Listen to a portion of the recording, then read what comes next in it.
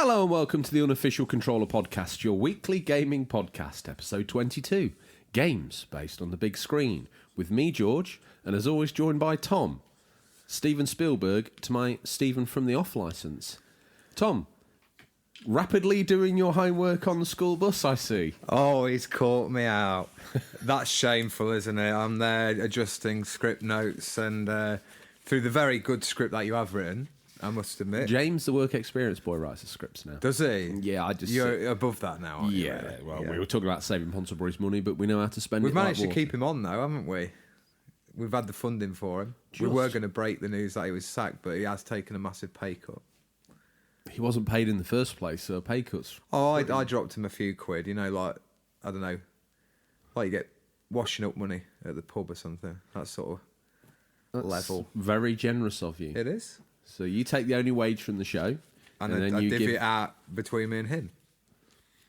Sounds a bit harsh for you, I suppose. One would imagine that. The man who does all the work. Anyway, really. Listen, moving on. Tom, let's not waste any more time on this. We need to mount not only a thank you, because the Unofficial Controller Army drew two.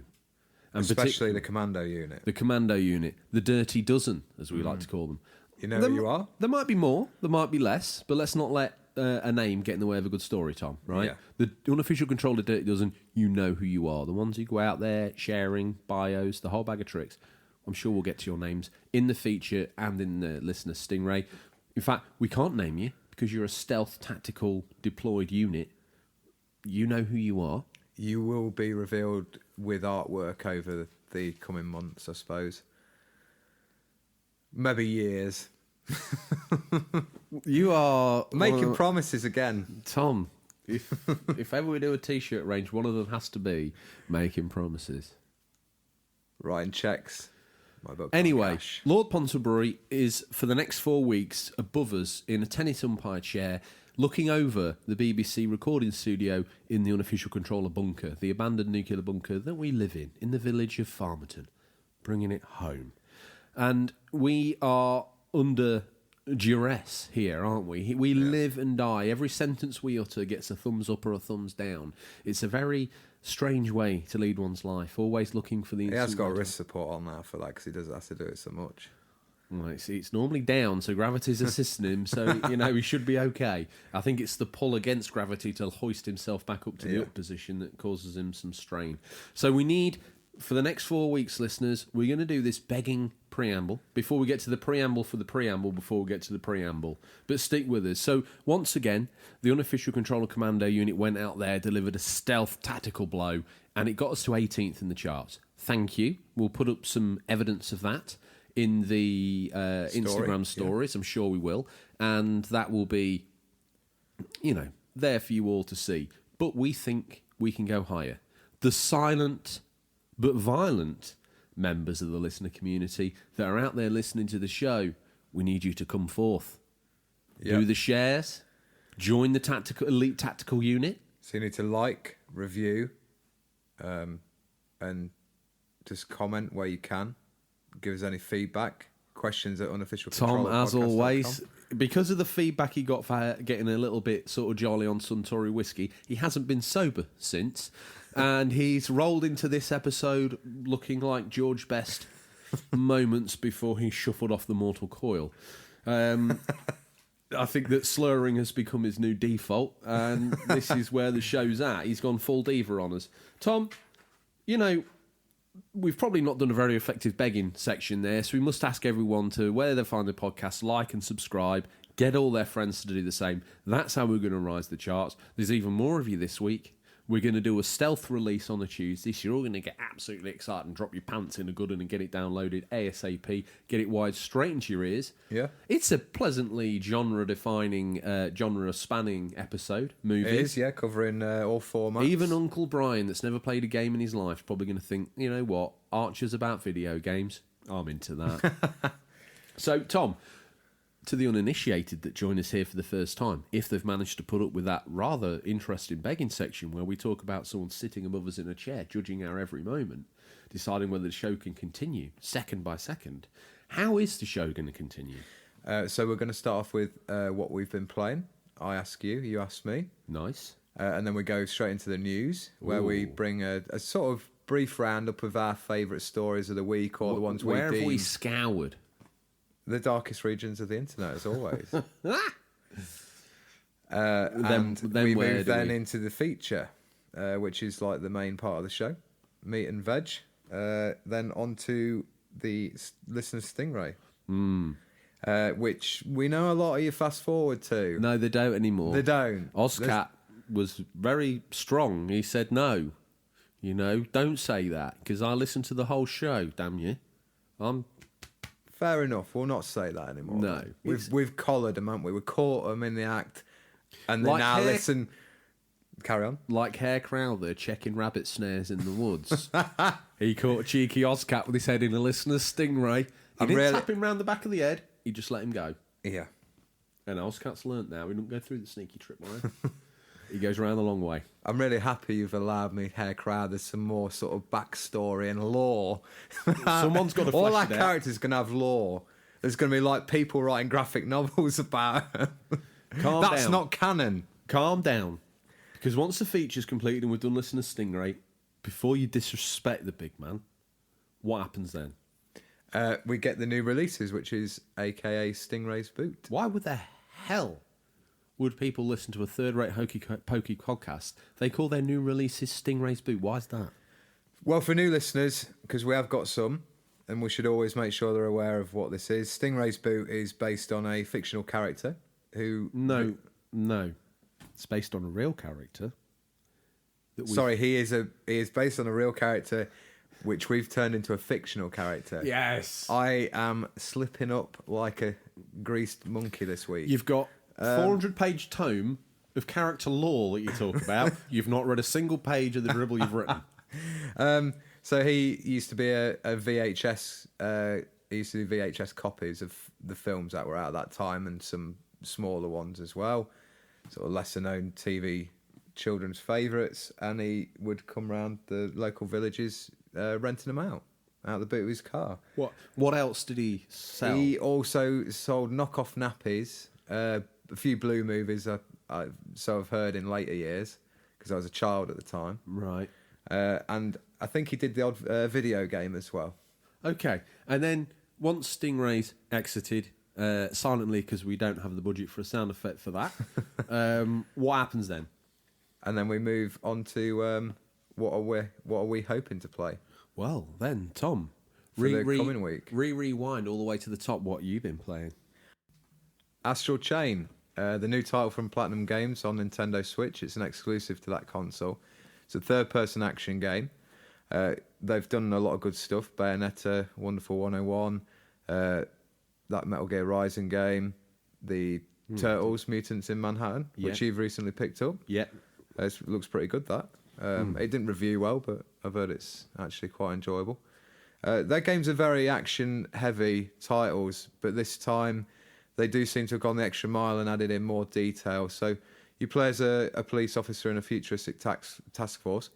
You have control of these legions that you're linked to with this chain, hence the Astral Chain title of the game. And you can control them as well as control your own character, and they fight with you like side by side. There's 5 different legions. I haven't got all of them yet. What's the gameplay loop? So, you'll like this. So there's a detective element of the game as well, similar to one of your favourites, L.A. Noire. Don't dare! Like how? In what? Other than it's detective, how is it even close to the masterpiece that is L.A. Noire? Oh, just like the detective element. Like you go to a scene, you investigate, you ask around. Do? Yeah, you go to a scene, you investigate. So you go around asking questions to certain people, and that'll highlight red in the text box, and they're talking as well. So then you build up all this case, and then hopefully that leads to finding the result of the crime, whatever it may be. So that's part of the gameplay loop. And then sometimes you go through to this other astral plane dimension, which is where a lot of the enemies are from. There's also, I didn't realise, I fought my first human enemies the other day.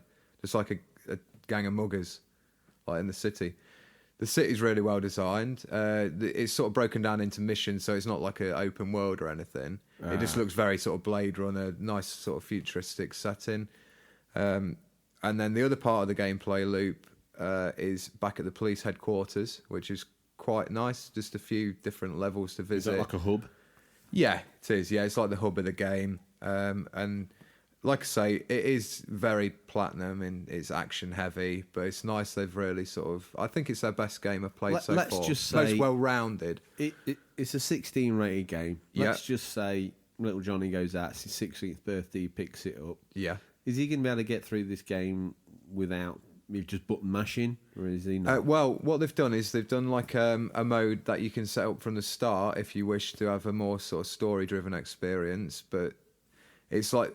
So a lot of the controls for the Legion can be quite complex, but you can set it so the Legion does its own thing, which is a nice way of making it a bit easier on sort of newcomers to that type of game, because it's similar to Devil May Cry, Bayonetta, as we've mentioned, those sort of action-heavy games, but sometimes can be quite complex because of the button combos and such.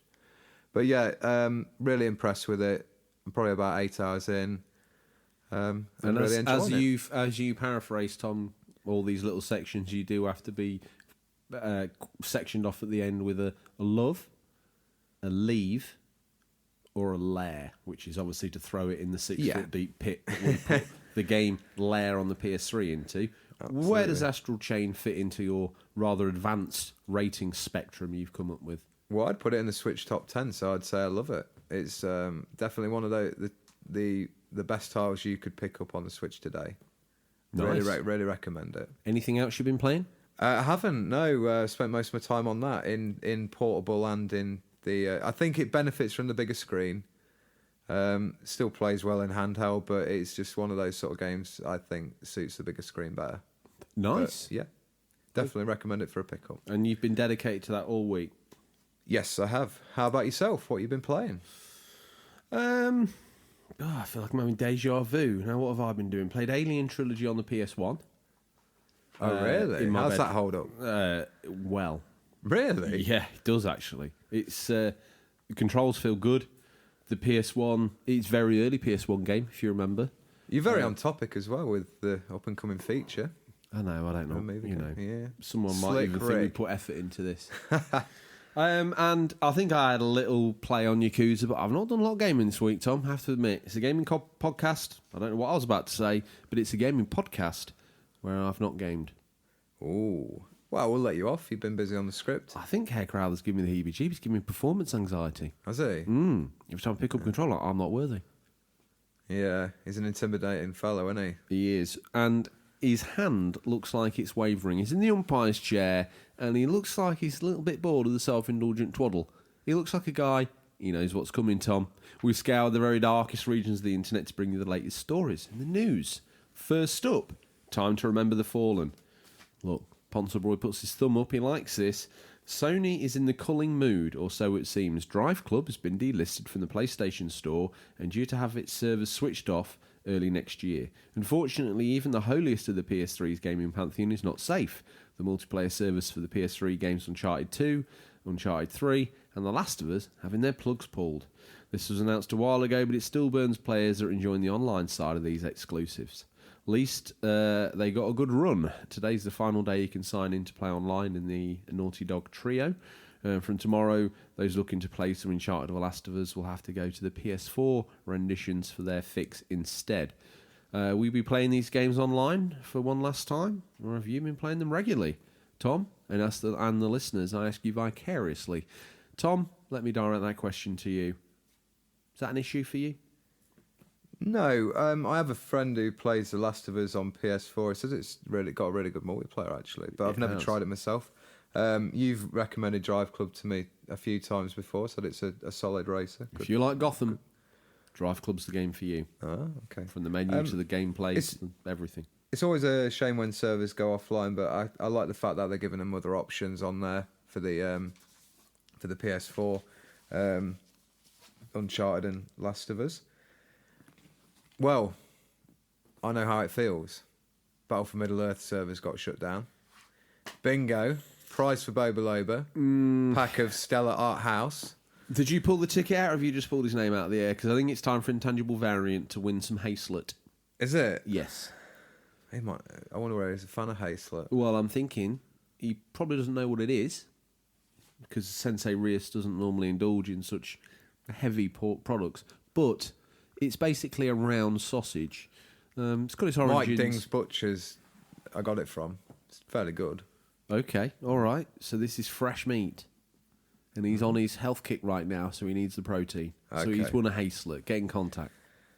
We'll keep the Stellar Art House. Anyway, Yeah. we veered off on that rather bizarre tangent because you mentioned Battle for Middle-earth and you were quite sad that it had been delisted. You're still mourning that. You're still dressed totally in black. Yeah. Today, I don't know what it is you're wearing, but interesting look that you've gone for. Obviously, the alcohol's affecting you. Tom, why don't you read out this next bit of news? Why don't you, first of all, change out of your all-black attire and slip into your Mario onesie for this bit of news? Doesn't matter how nice you ask, no means no. Astral Chain is very good, as you know from Tom's slathering praise at the top of the show. Talking about myself in third person again. He's always catching me out. Poor old James, he can't write it like that. He doesn't know how you speak, does he? So he's hoping that you'll be clever enough to work that out for yourself. Unfortunately not. No, you've only got to read 2 words ahead, Tom. It's Platinum Games offering tight combat, beautiful visuals, and a cool mixture of gameplay styles, and it's only on the Switch. However, such a fact doesn't seem to have stopped people asking for the game to come to PS4. In fact, some believe the lack of a Sony version is why it's currently getting review bombed on Metacritic. Platinum Games co-founder and Spike Industry legend Hideki Kamiya, who served as supervisor on the game, has answered back to the request for Astral Chain coming to Sony's console, as translated by Jack, the show's scriptwriter. Well, it would be great to have Mario, Zelda and Metroid on the PS4 too. As for me, do I hate PlayStation? I'm just a developer fulfilling my contractual obligations, so I don't know. Maybe you can try asking my publisher and investor, Nintendo. It probably won't come as a surprise to learn that this isn't the first time Kamiya has had to endure such ill-advised pleas. Back in 2014, he had to put up with people asking for Bayonetta 2, a Nintendo-funded sequel to the multi-format original, to come to other consoles. No wonder he blocked so many people on Twitter. What do you make of that? This review bombing on Metacritic is disgusting. Like, Tom, it's just the internet. It's worse, isn't it? It's not abuse of minors, is it? It's a couple of little harsh words on an internet site. It's just Come on. you're ruining someone's work they've put out there because you can't have it on your own little console. It's time for people to grow up and shut up. I've got a Switch and that hurt my feelings. No, it's not that. It's just people being like childish. Like, I don't go crying because I can't have Halo on my PS4. If I want to play Halo, I should have bought an Xbox. I just wonder, is this actually a problem? It could become a problem. That's what Okay. I'm saying. Okay. Well, You wouldn't like it if your precious PS4 was getting bombarded. I wouldn't mind. As long as the game's good and it's getting good critical praise. Yeah, but this is what I mean. They shouldn't be trying to bring down a review score based solely on the fact. They're not bringing down the review score, they're bringing down the user score. Yeah, but it's Metacritic. People take a lot of stock in those audience scores, like the player score. That Well, they won't now because on their favourite podcast, they heard us mention that it's been bombed. So they'll know. And they've heard your review. Yeah. So Get it while don't believe the hate. Get it while it's hot. This is great news. This is Tom. So just to confirm, as this story keeps moving and we still can't find an individual listing, but sources indicate they're being made available individually, or you can buy all 3 in the Yakuza Remastered collection. That's right, Tom. Bingo. Slipped it. No. How dare you? This package has been up for pre-order in North America for a while now, but now it's up for grabs in the UK at last. And yes, I pre-ordered a copy. I wasn't quick enough to snag myself the special edition Shenmue box, though, which upset me. These remasters will ensure every major Yakuza title is available on the aforementioned beloved PS4. This is pretty important because the brilliant Yakuza 0 brought in many new fans, and after Kiwami 1 and 2, the jump all the way to 6 is a pretty big one. Once the remasters of 3, 4 and 5 are out, Curious Saga will be playable from start to finish. Tom, I'm sure you've got a lot to tell me about that news. I think that's good that it's now finally going to be the whole job lot ready to go, do the journey. I think it probably improves sales for the is it number 7 coming out that they showed some info on. Turn-based as well. I'm hyped for that. I mean, that should be news, shouldn't it, really? But, We've got a last bit hot off the press. If it's Nintendo news, you've already had your section on that. So the only place we've got left in there is a space for some PC news. Off you go. PC news. On the PC today, I read there's going to be a Nintendo Direct. What a dog. When's that happening then? That's happening tomorrow at 3 o'clock Pacific time. And that would be your pre-hyped Overwatch news. So it's a 40-minute Direct, so there's going to be hopefully quite a lot shown. I think it's mainly for like the end of the year. Is Overwatch on the Switch going to be in that Nintendo Direct? It will be. You heard it here first. Well, probably second, third or fourth, because wherever you get your news from. Hopefully it's just us. That's going to be in tomorrow's Direct. No one else is saying that. So if you're saying that, this is exclusive news. Exclusive rumour, very little salt need to be applied. It will be at tomorrow's Direct. Overwatch coming to the Switch? In late September, October. I think it might even be that early. They want to get new subscribers because Switch Online's nearly a year old, and I think they want to get some more people hooked up to that. So that's it. Did we miss anything? Obviously we did. Do you have an opinion or take on the news we missed? Obviously you have. So how do the collected masses get to interact with us, Tom? You can reach us on questions at unofficialcontrollerpodcast.com via email, or you can direct messages on Instagram or Twitter, as most of you do. Awesome. Well, Tom, those that know the format know that we've slipped, slopped and slid all the way to the feature. Those that don't know just found out. This episode we're calling Movies to Games feature. This week's feature is a discussion about how movies transition to games. As always, you guys got in touch to share those celluloid gaming memories to add a real personal touch to this story. So, as always, we are looking, as we always do, for the Genesis point, something we always remember as the first. Well, it's quite clear-cut this time. The first movie to game transition or tie-in was Death Race in the arcades in 1976. Basically a very simple arcade cabinet with 2 steering wheels. The idea of the game was to drive around a rectangle area, mowing down gremlins and turn them into gravestones. That would be a tough pitch as the game today, that's for sure. And even at the time, this raised eyebrows for its violent portrayal. So the movie that spawned the game, Death Race 2000, based around a world in civil disobedience and under martial law, the transcontinental death race in which innocent civilians represent bonus points if ran over. Bizarrely, Tom, I'd never had the Death Race cross my peripheral vision before. Did a little bit digging around, and it's a Sylvester Stallone movie. Is it? Yeah, he's in it. 1976 it came out. I know there was a remake, I think, wasn't there? Yeah, I think so. With Jason Statham. Well, that must be. There's a high-quality watermark if ever you need one. And it seems that, bar the gremlins in the game, Tom, it was a pretty faithful port there. Oh. The bar set quite low, box office smashes Tron, and E.T. would get the transition treatment. Now, look out, Tom. Our first celebrity down the red carpet this evening, seeing as it's a movies-themed one. It's Harvey Retro. Now, Harvey Retro, let's just take a little bit of time out to say he's on Instagram. He's also on YouTube. I do believe his channel there is called Enigmatic Productions. If I've got that wrong, I apologise. But let's send the users to his Instagram page, and from there they can branch out wherever they want to find his medium. Harvey Retro, Tom, I implore you to check him out. His Tony Hawk's video, like the editing and the production levels. My God, Harvey Retro's channel is incredible. He does movie reviews as well, so you must. Maybe we need to get him on board. And for that reason, what a great man to kick off. He says, good feature topic this week, guys. Here's my submission. I have many fond memories of movie games. This is what we like. My earliest is Big Trouble in Little China on the ZX Spectrum. Who's in that, Tom? Jack Burton. Who? There's a deep cut. It was a scrolling beat 'em up where you could play as Jack Wang or Egg Shen from the movie. It was all in the reflexes winking emoji.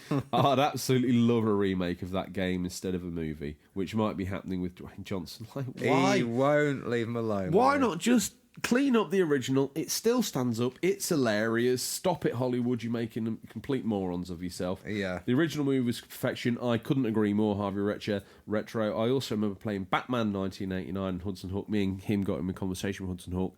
Hudson Hawk is a complete car crash of a movie, but for some reason... Is it Bruce Willis? Yeah. I've not seen it. It's hard to describe. I don't want to argue with Harvey when he says it's terrible, but I don't know why. I just found that movie at the right time, and it's terrible enough to be good. Anyway, on the Amiga at a friend's house almost every day, Hudson Hawk was one example of the game was better than the movie. Again, they do happen.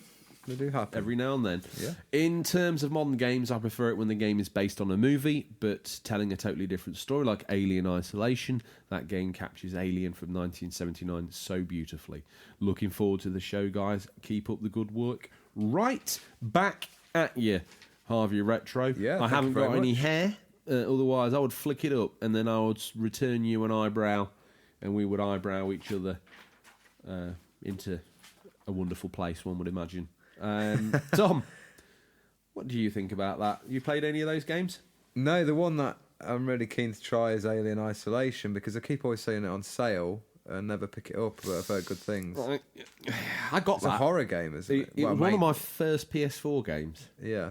It's really good graphics, really good realisation of the set, but I got a little bit bored of it because I played it for quite a long time, never saw the alien once. Oh, right. It's a bit Maybe like you're too that. good. Tom, if it's a stealth mechanic game, one thing I can't be you're going to accused make it a of mess of it. is being too good at it. Right, back to the feature. Not Tron. Tron would pass under the radar quite Tom peacefully. with Tron and his big trombone. I don't even know where that. Well, Tron was the Stingray version I used to get. Oh, I see. Of course, yes. Ended with an E.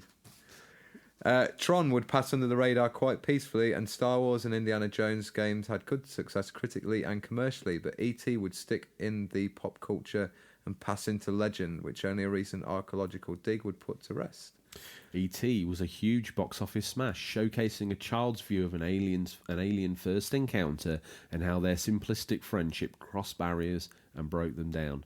The game, along with other merchandise, was set to make someone very rich.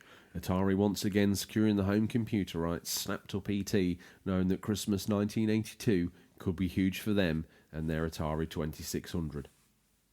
They rushed the game, 5.5 weeks development time, which Tom. created... 5.5 weeks development time. Can you imagine? It's quite comical, isn't it? Because they go on now about working conditions with games and stuff. One guy... you've got to knock it out in 5.5 weeks. One guy, Yeah. 5.5 weeks, makes something intelligible from these stills from this movie that's, knock yourself out, Brian. Yeah, go for it. Anyway, I interrupted you. It's That all was right. hilarious. I wonder where you're going with that, but that's it's quite funny. They rushed the game, 5.5 weeks development time, which created an intangible mess, and Atari made millions of copies to cash in on the ET fever. And it was palpable. Big film. I think that must have been the start of the trend of we've got to get this on the shelves because it goes hand in hand with the movie and it will sell whether it's good or not. Well, I mean, I haven't played E.T., and probably never will, but Yeah. I've watched a playthrough of E.T., and taking a very pinch of salt, being abstract, a lot of these games were very abstract, you got to remember that. E.T. doesn't actually do a terrible job, given 5.5 weeks and one guy probably drinking an awful lot of coffee and smoking an awful lot of cigarettes.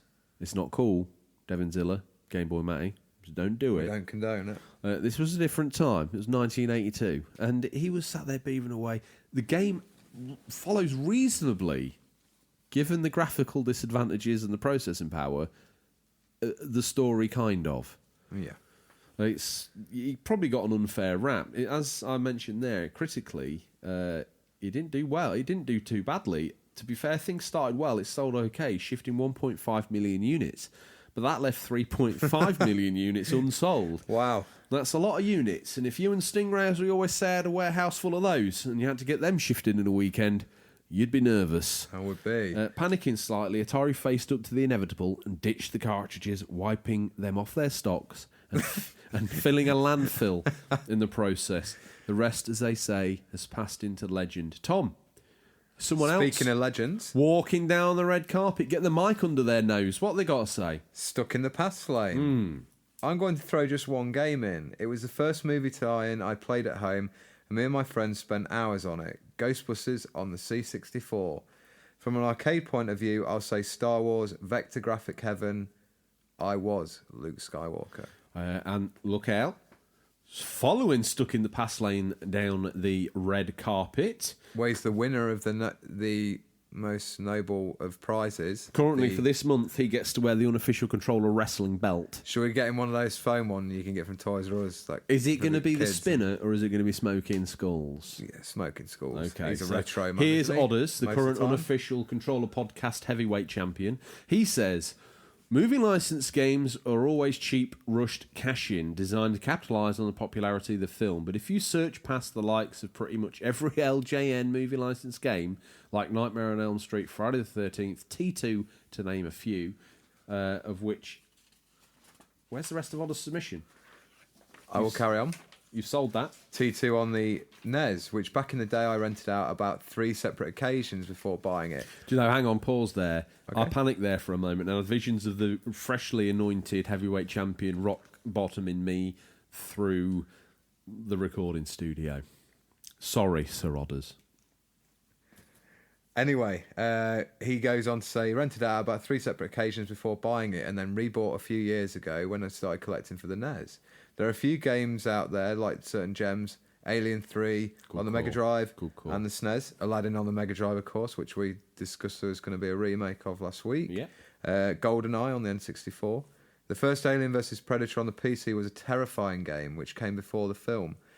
The film was terrifying for a number of different reasons, none of them good.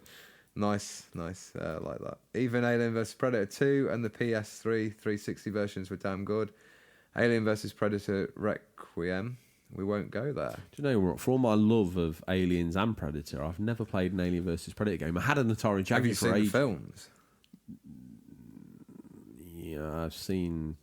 I just remember one very cool scene where they're on top of like what I think's a temple, and the predators are like holding off all the aliens running up there. It's like that was quite cool. I was hoping I'd made most of that film up in a bizarre red eye Bizarre express dream. on a plane or something. But obviously, On a trip down to Blockbuster to get Robin Hood, Prince of Thieves. Oof, I've obviously seen that based on your very detailed recital of it there. And I've not played the games, so I feel quite remiss there. But Alien 3 was an absolute belter to pull out the woodwork. And Aladdin on the Mega Drive, of course. GoldenEye goes without saying, doesn't it?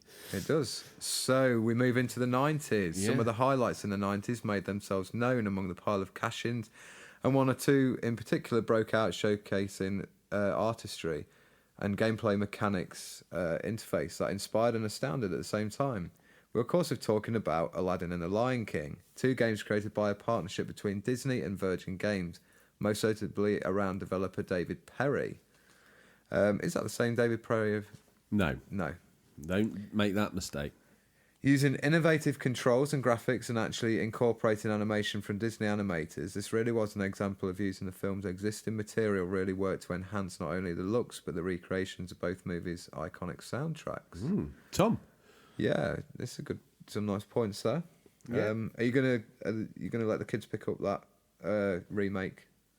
Well, I'll pick With it up, the and they double can have a pack. go on it if I let Yeah. them. Yeah. I don't think, to be honest, they've... I wonder whether they'll enjoy it more because of it's not going to have the punishing difficulty, unless you make them play it old I think school. that they've...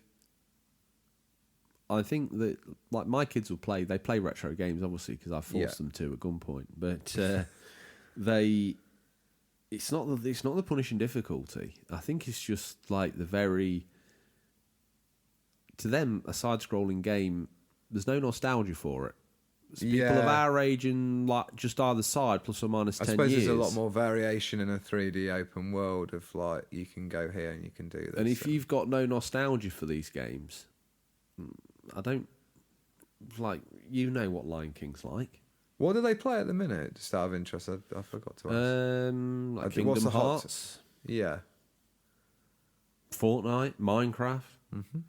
That's what the kids are playing. yeah. We should maybe do My a bit eldest of will a like feature have a one dip day in on of, Persona. Oh, okay. Final Fantasy 9, they've got a save file on. That sort of stuff. One with Rat Boy. Yes. Lovable Rat Boy. Well, next down the red carpet, we've got Davy Bones. Get the mic in his face. Back a bit. Okay. He likes his personal space, Davy He does. Bones. David Bones, he does not like you entering in the bubble. I have two that come to mind. Mighty Morphin Power Rangers the movie for Genesis and Mega Drive, and X-Men Origins Wolverine for the PS3. It's an awesome beat 'em up, and Wolverine is a pretty gory action game. Again, Power Rangers on the Mega Drive, I think I've played. In fact, I'm pretty confident. I might have that somewhere. X-Men Origins Wolverine for the PS3, no. I've not played that. I think... I normally give these movie games...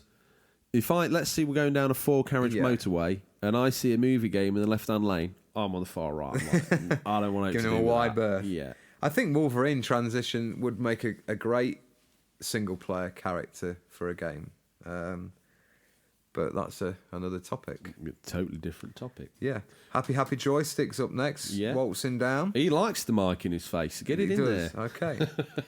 In my opinion, the worst movie and tie-in game would have to be Street Fighter starring Jean-Claude Van Damme.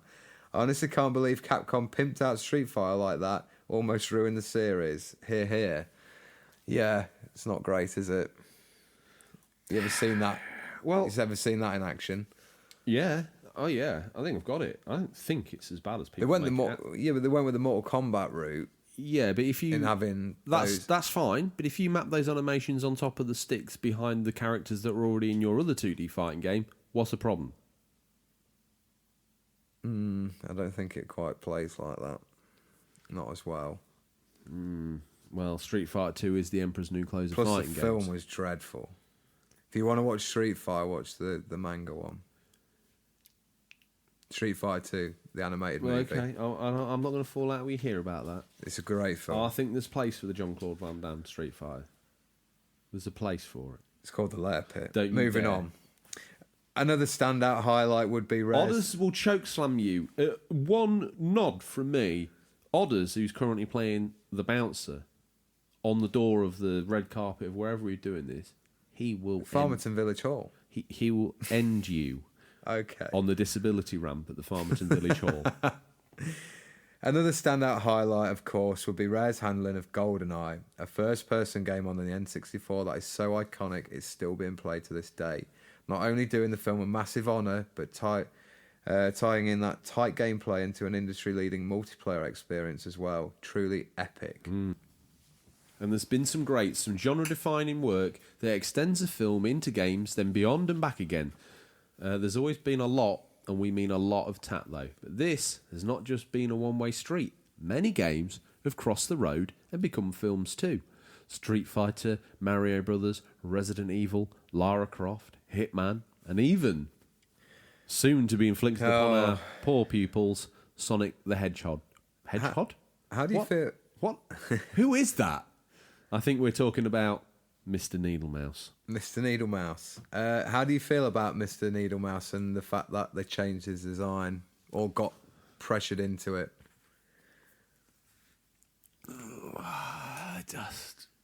Tom, I'll be honest, I don't care.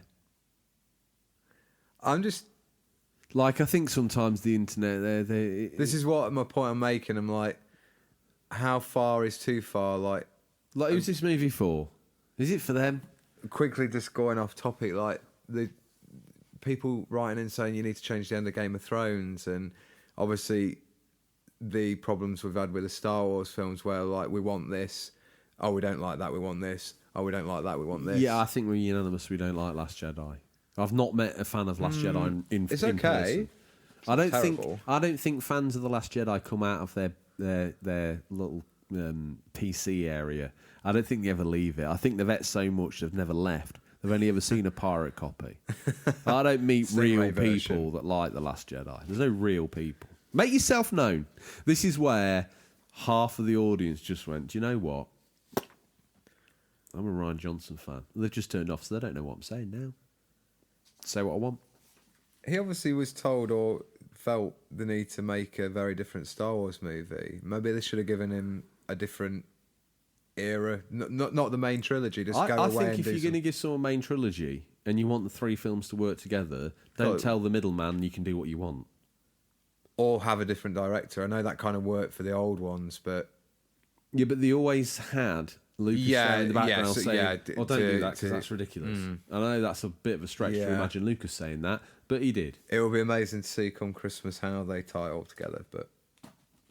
Well, if we're to believe the laugh, I'm going to be watching that film through like just the corners of gaps of my fingers as I cover my face. I'm going to be like very nervous. Like the last film started with a mom. Well, Kevin joke. Smith, he's like one of the biggest. I like his videos a lot, and I listen to his opinions because I think he's a cool guy. He's got a beard like me. He has, yeah. And I was interested in what he had to say, and recently said the end shot will blow your mind as a Star Wars fan. He's involved in the new one, is he? I think he's visited the sets. He's and stuff, a and VIP geek. He gets to get into this, doesn't he? Why not? He's a bit like Simon Pegg. He gets where water can't. He made geeks popular, so we can't slay him too much. Which one? Kevin Smith. Oh, okay. Oh, and Pegg as well. He's not. So anyway, back to the red carpet. Stick. Who's going to let me pass it here? Oscar. You can have the Oscar. man that loves the whole show, not just listeners, Stingray. I'll have you know. When I think of words tie-in, I don't exactly think of a film to game or vice versa. I think of things that exist within movies or games that have the other, like the amazing movie The Wizard, where he used a Nintendo Power Glove, or my personal favourite Scott Pilgrim movie. There was a tremendous amount of gaming references from a P-Bar, the big pow boom effects to Dance Dance Revolution. Then Disney steps in with the 2 Wreck-It Ralph games that covers everything from Bartender to Mario to Call of Duty and everything in between. You have your terrible game movies too, which is probably what you're all wanting, like Mario or Mortal Kombat, and then some good ones like Silent Hill and CG Resident Evil films like Degeneration. I seemed to have a moment during that little read back there, Tom, where my teeth fell out my face. Sorry for that, Oscar. Okay. And they're secured back in my face now, and I'll launch into Adam the Artist. He's got something to say here. I'm sure he'll agree with a lot of it. Not all of it, but some of it. That's your catchphrase, as you know. Hate to say I'm old enough to remember when every action movie had its own game. We're talking Spectrum 48K and C64 here. Stallone, Cobra, Predator, Robocop, Terminator. He's right. Games for kids based on 18-rated movies. Wouldn't happen now. Having a favourite out of them isn't fair because they're all basically the same game. All on cassette, all $2.99, and all published by Ocean. Very true. It didn't matter that they were bang average because they were computer games, and that made them cool by default. Lastly, I like the Super Star Wars series, Die Hard, but mainly for Bye Bye Bad Guy. Those Bond-born games weren't half bad on Xbox 360 and PS2, but surely the one that's got to top them all is Golden Pie. Intended, I believe. And that was top game for its day, and the multiplayer was just different class. Can't believe it hasn't already been mentioned. Once again, I think I can agree with all of that this week, Adam the Artist, a.k.a. Comic Pictures 79, and all the listeners this week got in touch through the medium of Instagram. Yeah, nice comment there.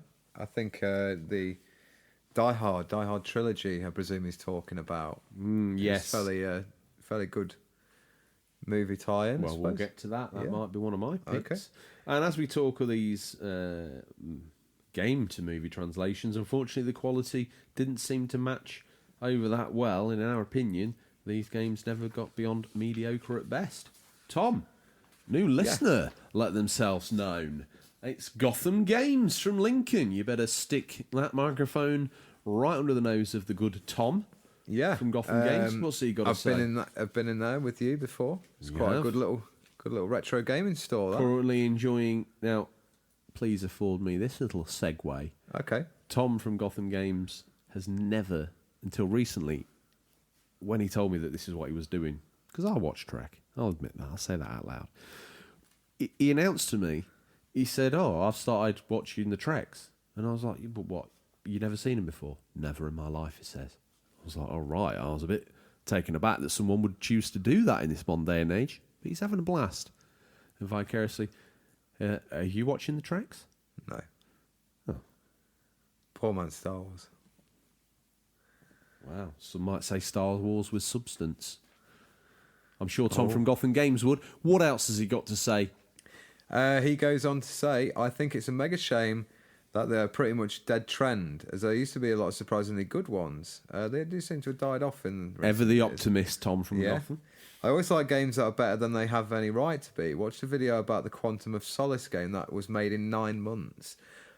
Short time again on that. For a more modern game as well. Well, I'll let you finish his read back and then I'll talk to you. And I did enjoy that for what it was. To go a little more obscure, though, there is a Tron game on the Game Boy Advance called Killer App. And it's an isometric action adventure that I think is very much a hidden gem. The visuals are great for the Game Boy Advance. I'm much more an expert on movies based on games as my guilty pleasure. You'll have to have a phone in for that. Yeah, maybe Nice. we should. Yeah. Talking there about that 9 months to be made, I quite like finding games that have interesting stories. And this is on topic, and I've spoken to Tom from Gotham about this in flesh. Avatar on the PS3 and the Xbox 360, like Ubisoft were allowed like really close access to James Cameron and the film. Right. They were, much like a lot of these things, when they get lauded up, they were built in conjunction with each other. So they were exchanging like graphicals of the creatures, the blue creatures, what are they called? Navi. Navi, yes. Yeah, they were swapping the files between them, so the developer had access to all the different vehicles and mappings of the character faces, and they worked really hard to try and give you this feeling of being the Navi, and the game was terrible. Now, Cameron involved in it, the whole lot. I'll Terrible. take that Avatar and say a very similar one where Peter Jackson was heavily involved with the King Kong game for his movie. King Pong. It's actually not a bad game. There's a lot of good stuff in that. Very little like HUD on the screen. Graphically quite impressive. Easy 1,000 gamer score if you're a fan of the I achievements. wouldn't say it's easy, Tom. That's a hard game if you're playing it on proper settings. Easy 1,000 G though. For hours spent on the game, you're rewarded with 1,000 G. I think pretty easily. I think you're showcasing your inner dog that used to be on the 360. You know, Achievement hunter galore. Mary Kate and Ashley. Yeah, I like it. Well, I'm sure you do. Play anything, just give me the G. Well, They want to hear.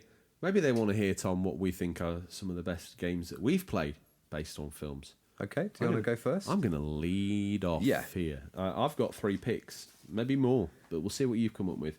My first one I want to kick off with is RoboCop 3. Now, the film, Tom, I'm not even going to dress it up to you.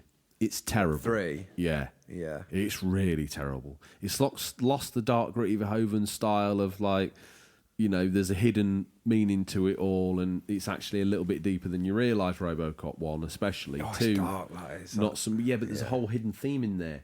RoboCop 3 was terrible. This was for the merchandise.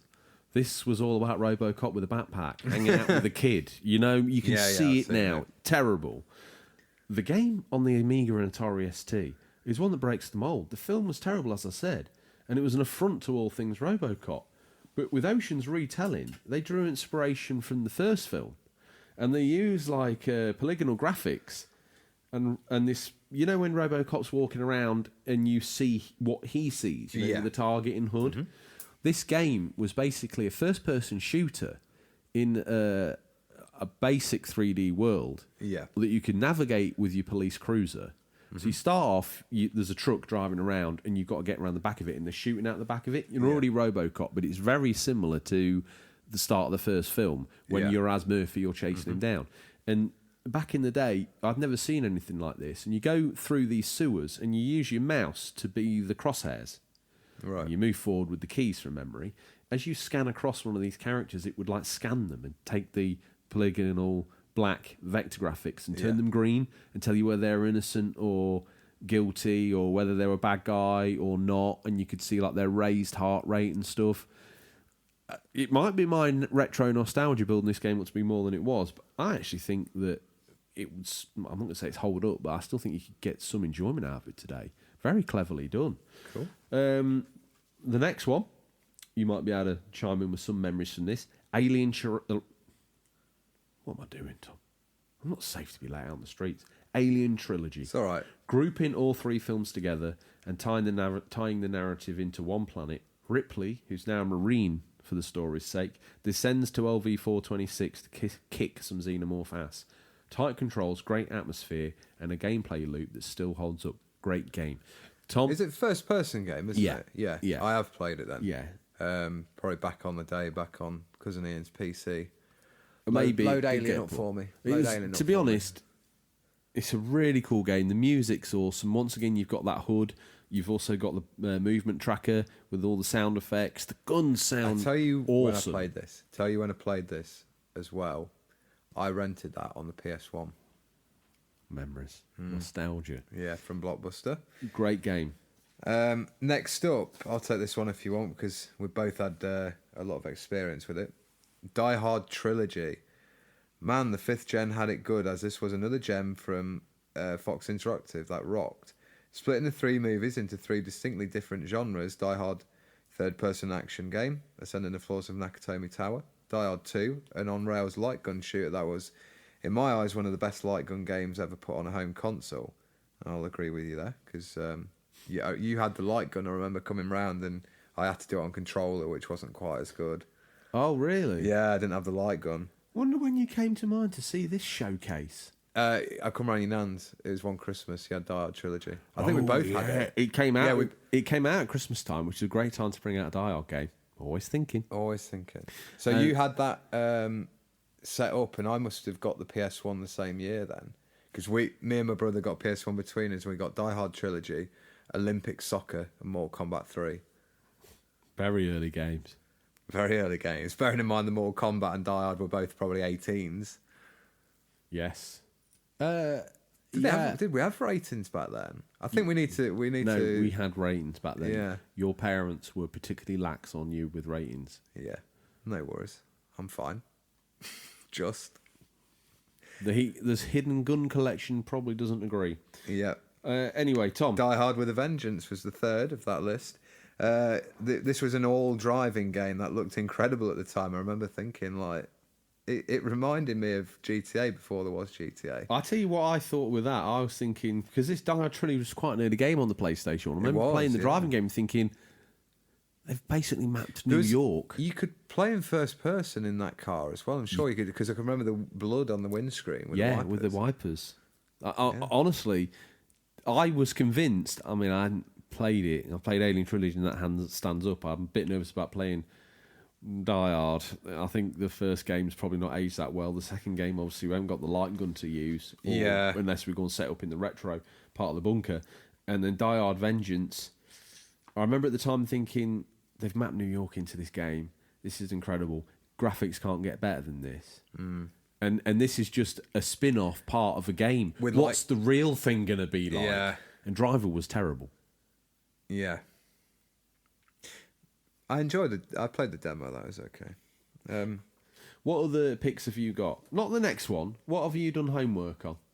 You don't want me to say the next one? You want to... Put your homework in. Insert homework now. Okay.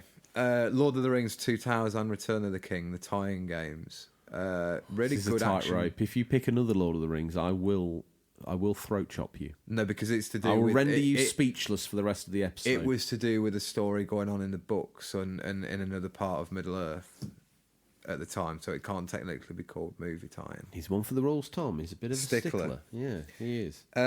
Yeah, so Lord of the Rings, Two Towers and Return of the King, they did one, I They think, were each pretty year. good, yeah. They were. We've revisited those, haven't we? On the They hold PS2 up and the okay. original Xbox. So you and 2 Gondor soldiers hold off an army of 5 orcs. Yeah. When you hold it up against like Shadow or Mordor and stuff, it can't really compete, obviously. But the ideas they used with having like the battle going on in the background, but you were in like a part of the battle which was on your screen in a smaller. They were well put together games. Yeah, they were. That's what I mean. I Like think the advancements that they made and the gameplay nice to haves that got put into the second game, which is actually the third one, is good. I think that's the better game. I think the gameplay especially still holds up, doesn't it? It's like a bit of a button basher. it's not Streets of Rage style because it's not that sort of scrolling 2D beat 'em up, Tom. but it's Tom, the only thing you need to do to sell the concept of this game is tell me a game where you can grind an elephant's trunk. Can you do that? You must be able to do it. No, I don't. It's probably in a cutscene. It sounds too technical. Probably. It was all very on rails, though. Yeah, that's the point I was trying to make. It's not like you can suddenly go around this area in a 3D space. It felt like little segments of skirmishes among a bigger battle, which was a good way of doing it. What else you got? Now, this one might be a bit controversial. Star Wars Episode 3 official tie-in game. Me and my brother were absolutely hyped for Revenge Can I of the just say, yeah. if you don't have Batman Begins on the Xbox original, I've never played it. lying piece I've never of had dirt. it. I've never had that game. One of the listeners, what was your Xbox gamer tag? Uh, You're not going back there. What was your gamer tag? In the 360, when you played the same Battlefield as it was Middle? on Xbox One. What was it? I don't know. I don't know. I should read it out because it still exists. Yeah, I want one of the fans who are better than me on the Xbox infrastructure to go back and tell me whether I'm right or wrong. Tom 2011-84. Tom 2011. Oh, so you're going to do some detective No, I want the work. fans to do the detective work because they can probably work this out. They can make this happen in 2 button clicks. So they're right now going, You've got your winkle pickers on. let's find out whether Tom played this game, yes or no. Let's put this to rest. I think you played it. I think you were telling me how high. Oh, you don't understand. It's great. You get Yeah, but they'll look and stealth. just go, wow, that is a high gamer score. Maybe not in today's standards. It must be Why has it mediocre always at got to best. be about like everyone telling you how good you are at games? You're ace at games, all right? You're the gamer. What else you got on that list? Yeah, so Episode 3, Star Wars. Overwatch. I don't think that was ever a film. If only. Tracer, one of the characters, is in Ready Player One, which is a great movie for game references. I joke, and then he actually comes back with it. Yeah, so Episode 3, Yes. the official game, was actually quite good, I thought. Again, me and my brother were real hyped for the film, so we would lap up any merch we could get our hands on. Jar Jar mugs, all the tat, Yeah. anything. Decapitated Dooku head pillows. Do it. Do it. In fact, if you're in the unofficial controller army now and you're about to share one of our posts, do it. You've seen where he comes out and talks about the trailer for the last film. I loved it. No. It's like, roll it again. Oh, Love him. He's great. it's treason then. Da! I've seen that video of him Doing the shooting star, just where he's spinning through loads and they've edited him. Have you seen that kid at the start of a swimming competition where everyone else dives in and he says something like, it's treason then, and then he like spins into the pool. Yeah. Oh, mate, where he just like slays 3 Jedi Masters in seconds. Well, that showcases how powerful the Emperor is. Yeah, true. You've never But thought of that- it like that before. Yeah, no. Oh, no, Uncle but then- Albert and that strange horn guy that no one's actually paid that attention to, but I do believe in one of the spin-off novels they had their Uncle own... Albert dies on another planet. Well, I don't know why you're... It's the guy with like the Kit Fisto. Yeah, why are you upset about these 2-part bit characters that you don't even know who they are? I've always been offended that those Supreme Jedi Masters get killed. Who are they? I don't know. What's their backstory? But then the nonsense that Samuel L. Jackson actually like just manages to nearly... Wait, he does beat him, doesn't he? He disarms him. And you're like, really? Well, I reckon that was probably in his contract, wasn't it? It was. I need to look tough in every scene. Yeah. What are the So games? the... I just we wanna- haven't talked yeah. about it yet, have we? No. Do it! The actual like missions and stuff were average at best, but the real like bit we enjoyed was like a 2D, like a not a two sort of 2D background of different areas of the game, and you could have like battles, like lightsaber battles, just 1 versus 1, and it's really good. It's like a Star Wars beat 'em up, I suppose. Yeah, I remember. I Really think I had a go. quite I enjoyable. think I wheeled round and had a go on that. I think they put a few classic characters in as well, like Ben Kenobi and like Old Ben and Old Ben. Old Ben, Uncle Old Ben. Uncle Ben. Okay. And there's no more I can think of off the top of my head that I've really... What about this? Star Wars Knights of the Old Republic. Does this count? No, it's not a movie. But let's hear about it anyway. Well, it's an example of expanding a film's backstory and doing something new with it. BioWare did a stand-up job. This isn't just a good Star Wars game. This is a good game full stop, and one that is so well loved in the game industry, we'd be dumbfounded if you hadn't heard of it, played it. Heck, Tom, it's even on iPhone. Yeah. The full great game. game. Yeah. Very good. Shame BioWare have been gobbled up by the EA giant, hasn't it? Before we close out, Tom, a word of warning. Step back from the palisade, because closing out this week's feature is everyone's favourite console cannibal, who's showing great discipline in not losing his mind with all this retro talk. He must be peckish. Now, PCSO Ross Kemp, he's wheeling him down the red carpet on a sack barrow so he can make his way into Farmerton Village Hall for the premiere tonight of whatever film we haven't seen in the village, Flight of the Navigator, new out, provided by Stingray. And a retro gamer, Thomas, his face mask has been declamped by PCSO Ross Kemp. If you could just paraphrase for us. I would have to say two of my favourite movie games would have to be Warriors, which was awesome, and to be fair, it was always going to be good because Rockstar really knows how to make a game. My second choice would probably be... Pause. I've realised, in my rush to put the script together, Red Dragon Reus, aka Intangible Variant, said that he was a fan of Rockstar's Warriors game as well. Okay, so another fan of... Sirius, apologies. You get your He time. won't Red Dragon punch you, don't worry. I hope not, because he's had that hastelet now. I think it'd be unrecoverable. Maybe that might be in a take we never ended up dealing with, but, Intangible Variant, you've won a hastelet. Awesome.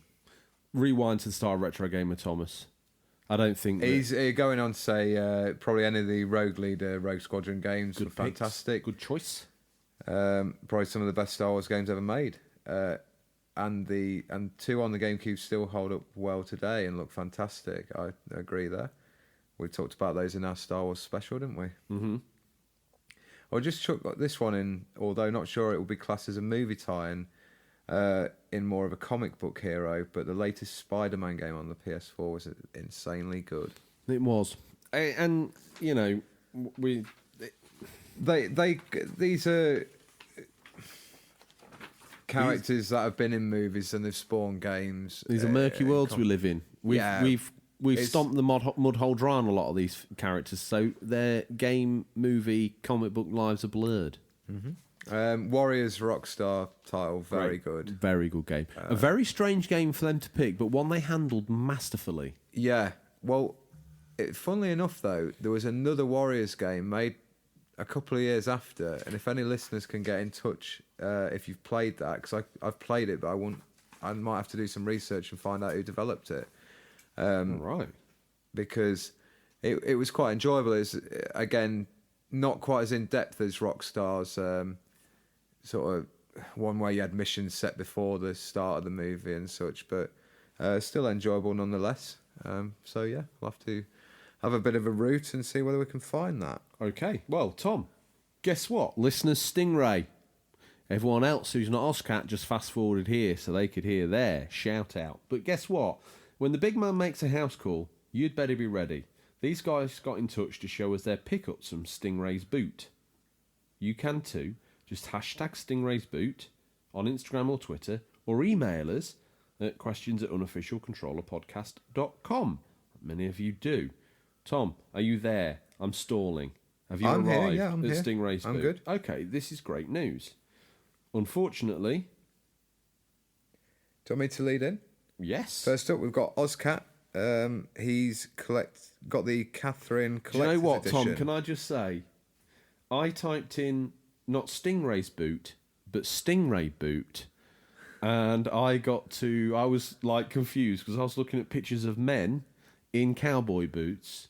Stingray boot is obviously a name for a cowboy boot in America and Australia, and I just stumbled across. Do you reckon that's his cousin? It could be. Alias Mick Dundee. I thought his cousin was Mick Dundee, yeah. I'm so confused by the We'll have to have a word with the Rayman, won't we, and ask him himself. We will. So Ozcat, yes. Nice. He's got the Catherine collection. He's got the big box on PS3 as old Ozcat, bless him. Good work. Next up, Sharaban. He's in virtual reality. Hey, we threw down the gauntlet, didn't we? We did. A listener should get all their copies of Street Racer out and take a photo. Hasn't happened yet. Not acceptable. But Sharaban's got some... Good VR collection there. Snuck in that copy of Wipeout there, which I think is a special edition version of the PS4 re-release. He's got Moss, Farpoint, Resident Evil 7, Super Hot VR, Batman Arkham, all the killer apps there. Oh, he's got some... Oh. What you wore on I'm getting ready with the next one. I've just seen some great... Firing. Radbash Gaming has got probably one of the best Christmas films on DVD there. A Christmas Story. A classic. If you've not seen that, check it out this Christmas because it's well worth watching. Okay. Got Bumblebee on DVD as well, or Blu-ray. He's got a Batman comic there. I've recognised the artwork. I think that's Jim Lee, possibly. Okay. But I couldn't tell you the name of that particular Batman comic, which Tom, I probably should know. Pin your lugos back. Woolly Weeble. Ever heard of them before? I haven't. They're in the boot. Woolly Weeble, welcome. Stingray's boot. Got some, looks like a pack of Nintendo Uno cards. Thank you for sharing. Oh, and a Weeble Wobble. They got a Weeble Wobble there, Tom. I had a sailor one with a submarine. I think I've still got it. When I was a kid as a bath toy. It was a Weeble Wobble submarine and a little captain that goes in it. Hopefully this will lead to Woolly Weeble becoming... commenting on next week's feature, or maybe getting involved in the show in more ways. That's a guarantee. Let's hope Woolly Weeble, probably said it completely wrong, comes out of the woodwork and makes. We usually massacre the name to start with, and then as we go, we get better at doing them. Yeah. So that's why we like people to keep chiming in. Anyone that's in the boot could become the next member of the Unofficial Controller secret commando unit. We did reveal one at the end of the feature, so he hasn't got the pixelated face that's sort of covered up, and when he's in photos in full like digicamo, and he is actually known because he does like talks on like commando stuff. Who does? Retro Gamer Thomas. When he's not lashed up. Oh, right. So when they go out to battle, PCSO Ross Kemp goes out in a helicopter and he unleashes him. He jumps out the back with a parachute. PCSO Ross Kemp's scared of flying. I heard he drives the either the Freight Rover or the LDV 200 van. Does he? Yeah. It got defleeted from the large town, and PCSO Ross Kemp put his neck on the line for it. With Retro Gamer Thomas in the back on the sack barrow, ready to basically just quick roll out, do your work, get the kills, job done, go home. A bit like the Hulk. Yeah. Okay. With that nonsense. After that slight detour, little devil underscore 71. Wow, I hope you wrote that down, Tom, because I'll be testing you on the law you fabricate on a weekly basis. I'm getting it all down. Okay, what's Herr Crowther's first name? Klaus Crowther. Let's ask him next week, listeners. I'm sure then it'll be Hans. Ozcat dropping a rope down to me and lifting me up to safety, well away from Tom's bizarre second life he seems to be leading. Persona 5 on... one day we ought to do an episode where the walls of reality break down and I don't know. The end of Ashes to Ashes. I don't know. Yeah, I don't know what Farmerton. What's that? And maybe this is all your fever dream that you had after taking too much Calpol. Maybe. Okay. Anyway, I think we've got a new one next as well. Well, let's give Ozcat the mention he deserves. He tuned in at the start of the show and he's listened to over an hour of our nonsense. Yeah. Fair play to you. He needs his shout out. Copy of Persona 5 on the PS4. I've got it on PS3. Need to get around to picking it up on PS4. That's a fact. Otaka Brum. Now, I think that he's a long-time listener. He's posted before, but now he's back out. And he's picked up some good games here. Yeah, he's got PSP game. Some solid Cube titles. He's got the GameCube promotional disc, which includes 4 classic Zelda games. Always worthy having in the collection. Have I got that? You probably have. I think I have. Yeah. Reloaded on PS1. G-Police. Rage Racer. Reloaded. Yeah, some good stuff. State of Emergency. Some good stuff there, Otaka, bro. And hey, and tell you what, push through to the feature. Keep your eye on the posts. Tom, Sharaban. He's got some Mega Man collection. Yeah, and some Funko Pops, all that good stuff. Retro_collector_Ray. Welcome back, good friend. He's got his car boot. He's video. got a car boot pickup live. Says 1 minute teaser there in the boot. If you navigate your way over to his YouTube channel, click on him on Instagram. I'm sure there's a link that'll take you straight there. You can watch his pickups. Love a good pickups video, Tom. That's probably why Stingrays, listeners, Stingrays such a popular feature. Going in the boot. Here he comes. Ozcat comes stumbling in the door. His arms akimbo. He's got loads of stuff here. What's he got? Senran Karura. Oh, that's when he went down GameStop, telling himself he wouldn't buy anything and came back with everything bar a Mario plush. He says he dedicates this post to my good friend Milk Tyson, who runs an anime memes page that everyone should check out. Click. Follow. Back. Done. Odders UK with the Namco light gun. He's packing heat. He's just rolled through the door on his belly, leapt up and said, "Yippee-ki-yay, Mother Hubbard." I think you can use that one on Die Hard Trilogy, even though it came out after. Because that was for Time Crisis. I think you can use any gun on that. Odders. No, Odders. You play my heart like a fiddle, you dirty dog. He's got a copy of Nightmare there on the... God, I can't even focus. Amstrad and Spectrum. I don't even know what that's like. I hope it's good. I like the case art, but I'm a big fan of the original TV show. That's a fact. Oh, so that's based on the game they used to play. Yeah, on that's the TV? it. Yeah, oh, right. The one that he was probably still hanging tight to Mumsy. Yeah, very close in her bosom. Not cut from the apron strings at that point. That 13th birthday that came out for you. Odders with, I think, the only PAL NFL game we got in the UK, because we never, unfortunately, though we got NHL and NBA 2K editions, we didn't get the NFL one, and they were good games. Ultimately ending up with ESPN NFL 2K5 on the Xbox and PS2. Good game, mate. Good game. Yeah. To this day, still one of the best. He's also got himself some wrestling games, which usually we're big fans of, but those particular ones, probably not so much. No, I mean, those were probably made for twice the budget, twice the amount of time, and twice the development team of ET, and they're still worse than ET, in my opinion. Yeah. No offence, Odders, I know you need to bulk up your Dreamcast collection, but holy moly. His other pickup, Racing Simulation Monaco Grand Prix, did you ever play that? One I never played. Because it wasn't officially FIA-endorsed product, I give it a wide swerve. But why the hell would you play Why would you play a Formula 1 game that has no official authorization? That's like saying, why did you play Pro Evo? It's still a good football game. Yeah, but it has all the players' names in it.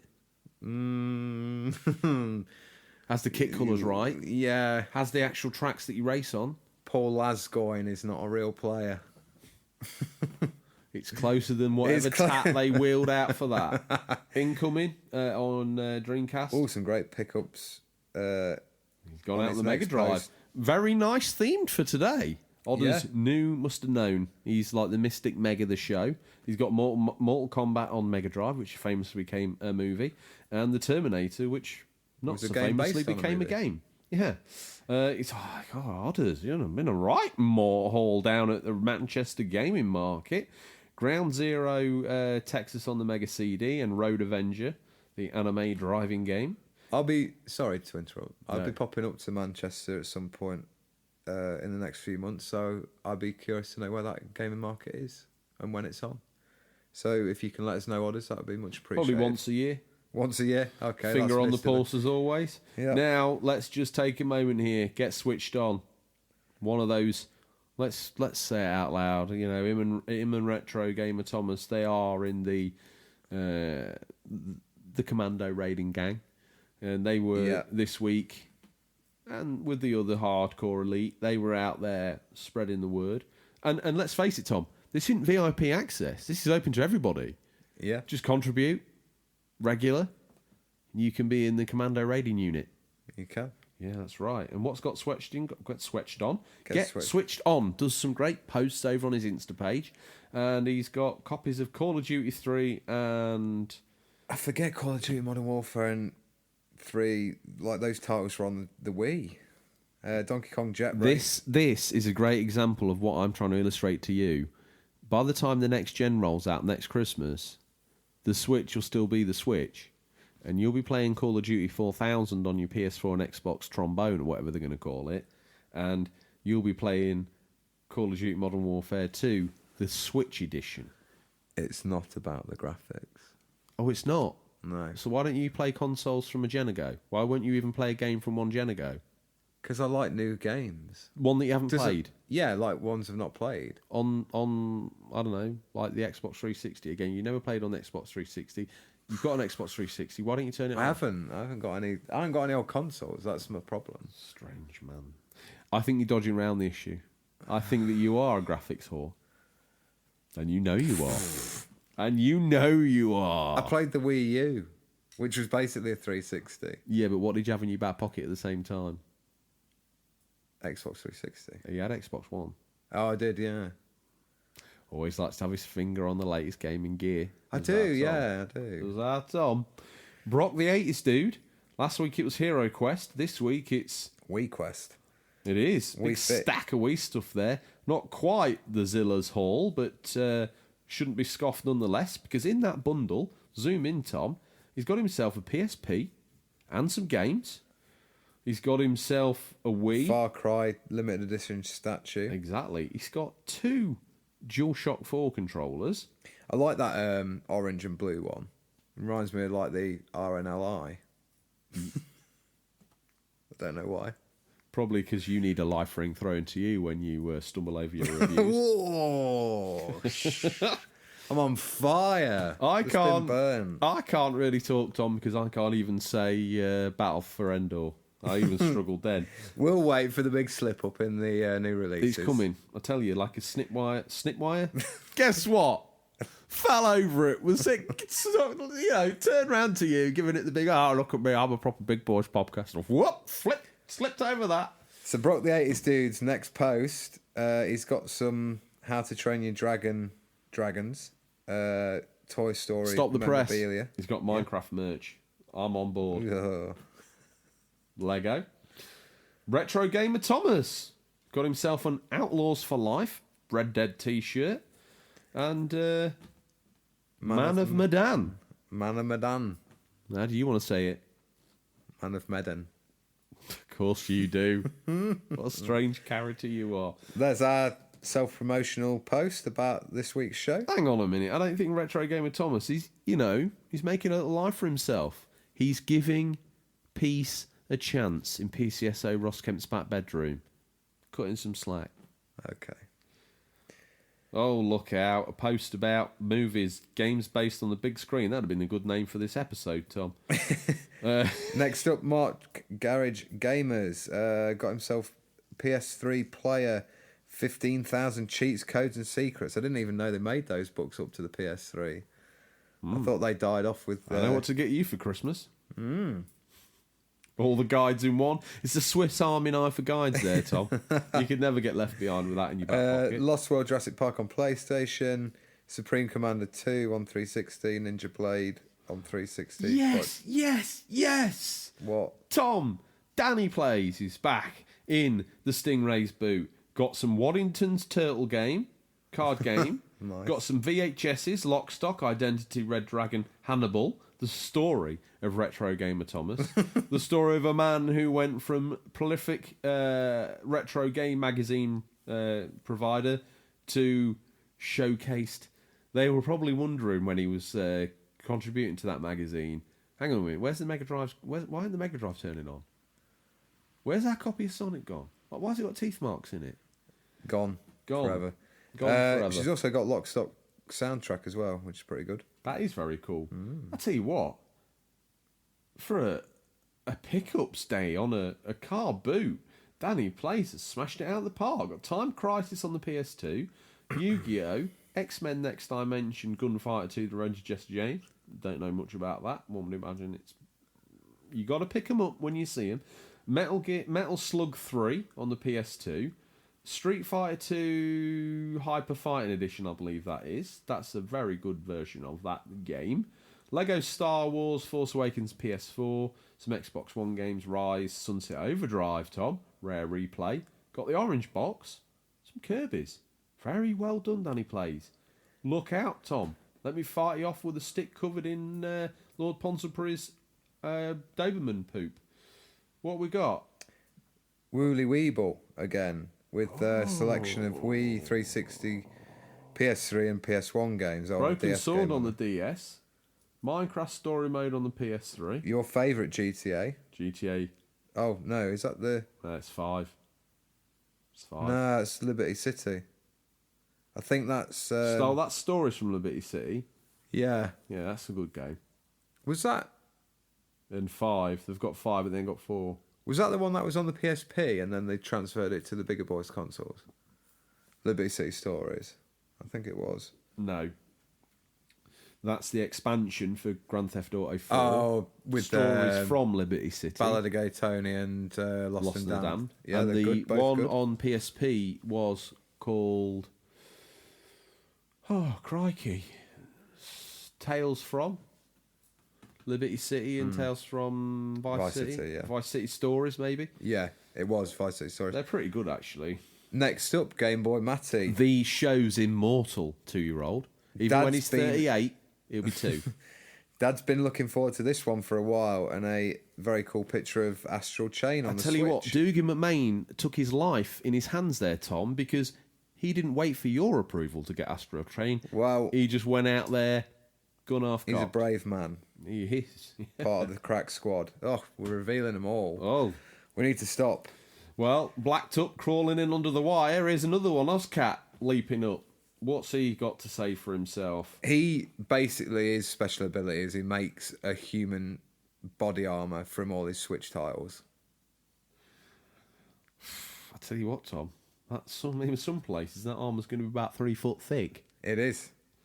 He's the equivalent of X-Men's Juggernaut. Stuck in the past lane. Now, I don't know if this is a new listener for you, Tom, but they're a listener that takes their shots in the style of a Polaroid and then writes... Never going to let me live that down. Writes like a little tagline, Mega Drive FPS, FFS, he says, which is great. We know what that stands for. Funky feels, sister. Bloodshot on the Mega Drive. Look at the state of that. Oh, bless him, he's had a go, but there's no way he can make that game look good. Next up, we've got a post, a latest one from Adam the Artist. Do you like that, boss? Picture of you? Makes you look like a drunken fat guy. That's what you are. He's not... Okay, well, it's very lifelike. He's just spilt his port all down the side of the high umpire's chair. Retro road trip, Tom. Look, He's been on a retro road trip. He's picked up... I tell you what, I think that's that thing the Atari's on. He's actually a game caddy as well for all those games. Wow. That's awesome. Very nice. Very good pickup. Retro Gamer Thomas sharing one of our posts. Promoting us. We need the UC Army for commando raids, and we've got what we wanted, Tom. But what we're going for this time, we've got 18th. We're going for top 10 again. Yep, so we'll just quickly stop to say, please like, subscribe, follow, leave a review on whatever podcasting format you use, Spotify, iTunes, anything. Just please help promote the show and keep everyone enjoying it and keep it on the go. Please may I take the next post from a loyal listener? Yes. Tommy UK 73, obviously long time listener, first time poster. Bit third rate though, I have to admit, and it doesn't look to me like he's got enough pennies to save up for a colour camera, so he's had to pop it off on Mumsy's own black and white jobby. I'm sure Boots raised an eyebrow when they got some black and white film in to develop, but there it is. Actually, do you know what? That's beautiful. It looks like, what's that Streets of Rage thing? It's a coaster, yeah. Present from Tommy UK's brother. Ah. It appears. Stingray. Yes. Yeah, young Stingray. Wayne Ray. And if you're taking that... No, if we made a live action picture... I know where that is now. Yeah. Oh, I thought it was like a dinner mat. The detective mind churning away. Yeah, over the Sherlock. Welsh Game Hunter. I like your post while I'm here. Apologies for not doing it sooner. We do get a little bit inundated, but he's got Buzz. The TV quiz for the PS. I tell you what, Welsh Game Hunter taking a huge pile of shovelware to bolster the collection up there. Surprised you didn't pick up the TAC controllers that go with that Buzz game. Yeah. You probably got them. Apologies. Retro Collector Ray back on the scene. He's not been doing bad. Picked himself up a Mega Drive 2, and he's got himself a 6-button controller as well. £15 needs a clean, but nothing major. Yeah, I think that's fair value. These boys know how to do it right. The Barbaro Games has been bolstering his Switch collection. Final Fantasy 12, the Zodiac Age, and he's got the X and X2 remaster, which were my mummy the week they came out. Yeah. Better like his picture. Rascal_Life. Well, hello, new listener. Welcome to the family. You've got a pair... Oh, found a GameCube at a garage sale a few weeks ago for Silver $3. No power cable, but you know I'll find one now that I'm looking. Nice work, Rascal Life. Welcome to the show. We're following you. I've liked your other show. Oh, Tom, go click on Rascal Life. I don't know what game that is. It looks like Super Hang-On, but it looks like the artwork that Adam the artist did for us. I've probably set you far too many. How far down?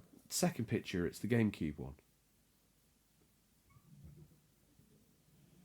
The listeners ain't got the patience. Rascal Life? Yeah. Yeah. Second picture on his thing? Yeah. There's a GameCube. Oh, I see. Yeah. Catch up. I'm on Eslo and Midner, loyal fan of the show. They've leapt forward and thrust themselves into the hardcore elite. Got to be careful I don't describe this like the SS, though. I think we're verging on it. We need to pull it back. It's cooler. It's a bit more Inglorious Bar Stewards, isn't it? Than it is... That's maybe what we should call them. The Inglorious Bar Stewards. It's not a swear word. Bar Stewards. Stewards of bars. Yeah. Like barman, but inglorious. That's their task force name. Yes, Inglorious Bar Stewards. We do our best thinking on air. The law will change next week again. Of course, where we use the law podcast like a Blue Sky thinking session. So with Midner, got a copy of Collection of Mana there, and a mug with a few... Is the brew part of it? Yeah. Probably is. Mark Twiggo up next. Got himself a selection of Mega Drive games. Oh, yes. Because guess where this has been taken, Tom? Look at it. In the back of the car. It's on the car seat, isn't it? Yeah. Perfect fodder for listener Stingray. James Bond 2. He's done well for himself. Aladdin on Mega Drive. Yeah. It's a PGA Tour Golf 2 on the Mega Drive. That was good. That is still a great game. I remember being in my grandma's front room playing that. I don't know why we had it. We must have rented it or something, or a relation had it.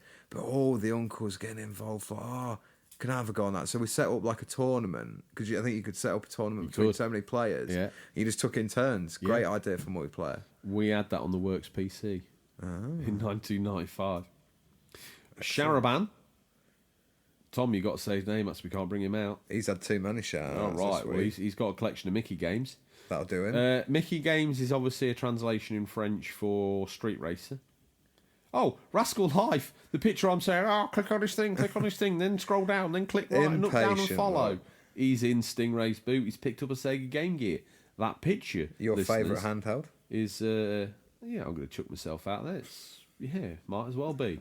A picture looks like the Sunset Road picture that Adam the artist did for us. The Photo Mode 16. Not heard from you for a while, but they've had a nice Sega bundle here, Tom. Yeah. Wipeout. Sega Saturn controller. Virtua Fighter and Tomb Raider The Last Revelation. Yeah. The last good game. Rad Bash Gaming. He's got himself a... Over 1,000 games, a complete encyclopedia of games. Yeah. He's got himself a lanyard as well. Is that Dragon Ball? Looks to be.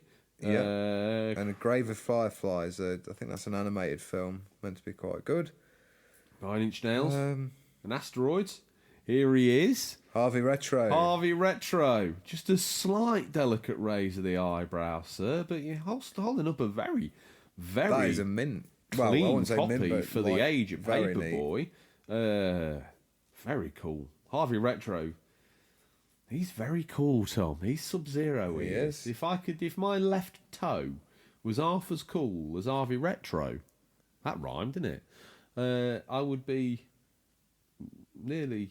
Well, I'll be as cool as I could ever wish to be, I think. Mm-hmm. Check his videos out. I will. Swear down? Yes. All right, then we'll carry on. Eslo and Midno. Again, he's also took his life into his own hands. He's been and bought that third-rate game for the Game Boy Color as well, Astral Chain. He hates the Switch, but one he thing was I've a got to say, Nintendo Tom, boy is, back in the day. do you know how many different email accounts I had to sign up to review bomb Astral Chain to the level it's been review bombed? Look at his face, he's deadly serious. Like, what did you do? What you done? Right. Yeah. Sharaban got himself a collection of more Hey, he did Disney Mickey. games. He had to do Donald. That'll do for him. Oh no. You can do the next one. The Barber Who Games. I don't know why you're averse to this, but we've got here Myst on the PlayStation 2. I just clicked back on my phone and I can't. Oh, I see. You've had an issue. Jake Cocoon 2, a game I've recently picked up as well. Got the original, and the second one I stumbled across for an absolute steal. So I thought, is that his games collection there on the right? The Barber Who Games. He teases us with these little Easter eggs, doesn't he? Anyway, back to the main story. He's picked up some Lynx games. Fair play.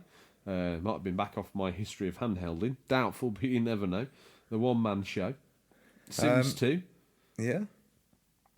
Is that the full turn of the wheel? It is. We've started, so we'll finish. That's us back to the start. Yeah, because that was young Digby's post of his Minecraft figures that he sent to the show's email address because, Tom, he's too young to have social media, but he's a fan of the show. Yeah. We don't want social media at a young age. It's not good. Finster Gamer here, just as an aside, mentions the describing our show to a friend of his to try and urge them to listen to it. He describes back to me it was like describing a crazy cheese dream I'd had.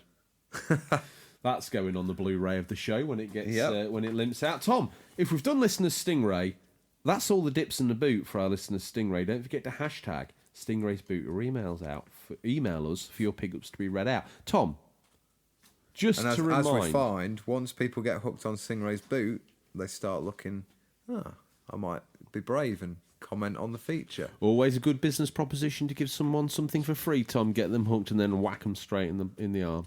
Mm-hmm. How would they, just run that one by me again, how do they get in contact with the show? Let's just say I've reread the listener's Stingray outro twice and they're like, what a moron, I better send him something to tell him.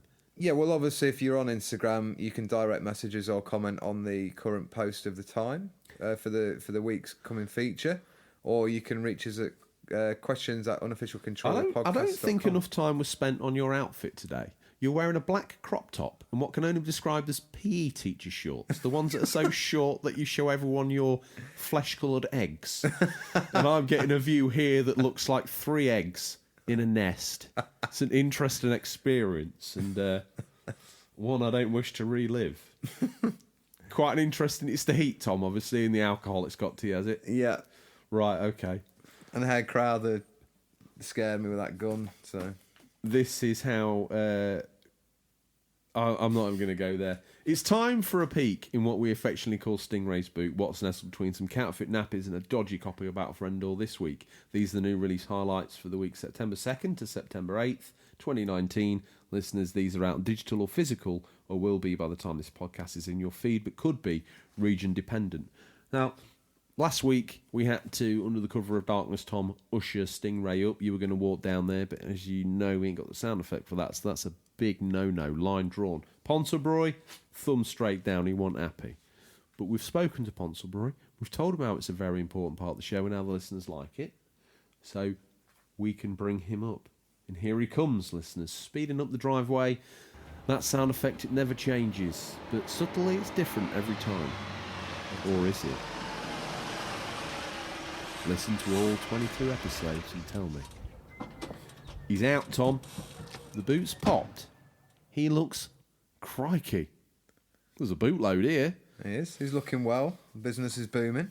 Business is booming, and he's Business on. He is must a-booming. have just done a reasonably good business deal, Tom, because they look like Embassy number ones, not Lambert's, is drawing on. Business is good. First up, we've got Catherine Full Body on the PS4, out September 3rd. Richer, more rounded, increasingly complex, a captivating tale of 2011's award-winning Catherine. Was that when that came out? I didn't realise it that old. Finger on the pulse. As always, Catherine returns in Catherine Full Body. Indecisive protagonist Vincent has been with his longtime girlfriend Catherine for 5 years, but instead of taking the next step into marriage, Vincent finds himself in an affair with the provocative blonde bombshell Catherine. C. This sounds like a night down the wagon. Thrown into discord by his own infidelity, finds solace in the innocent Rin, further complicating matters. Adding to Vincent's dilemma, he begins having nightmares that force him to climb for his life. Will he survive the trials and tribulations of love, or fall to temptations? New father, Tom, I'm sure some of that story beats chimes with you. Yes. Backed with improved visuals and gameplay, brand new music, enhanced multiplayer options, and much more. Prepare yourself. There's a man who for answers full-body questions experience. without actually listening to the question. Yes. Next up, Children of Mortar, PC, September 3rd. Children of Mortar, a story-driven action RPG game about an extraordinary family of heroes. Lead the Bergesons with their flaws and virtues against the forthcoming corruption. Will you be able to sacrifice everything to save the ones you care for? That's a very grey, by numbers description of a video game, Tom. Final Fantasy VIII Remastered. Oh, are you having this? Yeah. It's not your mummy, is it? No. Yeah, so Final Fantasy VIII Remastered, PC, PS4, Xbox, Switch. It's all the close. hits. September 3rd. The mega hit RPG Final Fantasy 5, 6, 7, 8 returns. This new version features new graphical enhancements and a whole host of options to customise your gameplay experience. I just had to count there because I couldn't. I forgot all about that. The title was at the top. What we got next? Somewhere in the village of the Farmerton, Tom, they're missing an idiot. And an abacus. Yeah, both inconspicuously missing at the same time. Somehow he's never around when the podcast gets recorded. Last Oasis, PC, September 3rd. Keep moving, the world is dying in this nomadic survival MMO. Build walking bases and travel to new lands. Create clans and fight for territory. Resources deplete fast, so take your sword and scavenge, pirate and trade to stay alive. That's like a Mortal Engines... Have you watched that? Yeah. It's quite good. Yeah. I thought it was really good. Peter Jackson. Next up, Phoenix Point, PC, Xbox, out September 3rd. Phoenix Point is a new strategy game from the creator of the original XCOM series. Ooh. Features turn-based tactics and world-based strategy in a fight against terrifying alien menace. Your enemy will mutate and evolve in response to your tactics, creating a huge variety of challenges and surprises for your on the battlefield. Wow, okay. Next up, what's your mummy if you picked it? Yep. Does it give me the G? Yep. Well, if you pick that, Tom, I will absolutely roast you alive. Go for it. That's fine. What we got? Spyro Reignited Trilogy, PC and Switch. It's was an exclusive on the PS4 at that rate for a while, and Xbox, wasn't it? But September 3rd, same sick burns, same smouldering attitude, now all scaled up in stunning HD. Spyro is back in the Spyro Reignited Trilogy. Rekindled the fire with remastered versions of the original 3 games, Spyro the Dragon, Spyro 2 Ripto's Rage, and Spyro Year of the Dragon. I score bombed it on PS4. That's why it's come to Switch. I could believe that if I knew that you could actually sign up to an email account. Can't be traced if I'll you've look got at no you email. all angry, ready to bop you on the nose. Yeah, cannot be traced with no email address. Much like the Stingray. Yes, he taught me well. Warsaw, PC, September 4th. Warsaw is a challenging WW2 turn-based tactical RPG taking place That in a stands for World War II. World War 1. World War II. World War 2. World War 2. In a war-torn city and sporting beautiful The sequel hand-painted to the graphics. first one. You know, it's like The Empire Strikes Back to Wars, that one is. Yeah. Lead a small dedicated outfit of civilians and soldiers with their unique skills in their fight to take back the city besieged by occupied forces. Oh, I'm not actually seeing that. It sounds intriguing. It does, yeah. I had a quick look at it with James, the work experience boy, putting the show together. Yeah, piqued my interest for sure. Cool. WRC 8, PC, PS4 and Xbox, September 5th. Would that be World Rally Championship? Yeah, I think it would be, yeah. The official World Rally Championship simulation has been this has never been this authentic. New off-road physics and all-road services, completely redesigned career mode, dynamic weather, 50 teams, 14 countries, 100 plus stages, weekly challenges, and the esports mode. Aim for the top in the most expensive World Rally, most intense, not the most expensive, the most intense World Rally Championship experience. I think it's hard for rally games sometimes because I myself like to get a title where I can do all different types of like rally, NASCAR, F1, city racing, all those sorts of things. But where's my phone? Because I need evidence for this next. I need to make sure I've got evidence with me for the next one. Yeah. Creature in the Well is next up. PC, Xbox, and Switch, September 6th. Unlock the power of an ancient facility and face the ominous, all-seeing creature in this unique pinball-inspired hack and slash. And it's strange, you... Mummy. This is your mummy, is it, Tom? It is, but you can call me out, but I've got an answer for you. Gears 5, Xbox Games Pass, and retail editions available. September 6th. The world is crumbling. The swarm has corrupted the Coalition's robot army and is descending upon human cities. With danger closing in, Kate Diaz breaks away to uncover her connection to the enemy and discovers the true danger to Sarah herself. Sarah. What makes you pick that? I'm curious to see where the story goes now, because I've played all 4. So, yes. Shall we move on? You see, yeah, we probably should. It's okay, because I'm not actually going to be buying it. I'm going to be watching a stream of it. Because I don't own an Xbox, but I really want to know what happens, so... Right, okay. Yeah. I'm like renting, but not paying for it. I'm sure I said to you that we might need to do a Gears 5 special, and you said to me, dead game. Yeah, I don't feel it's got the weight of Didn't you? I did say that, yeah. I'm not going to... I'm excited for Gears 5. That's why I chose it as my mummy. Now I've got deferred to one of these second-rate... Hipster. What have you got? Like... You were all over this. I thought you'd be on for this. This next one? Yeah. I'm bored of this game now. Oh. I think the next one's probably going to be my mummy. So I'll read this one out. Monster Hunter World.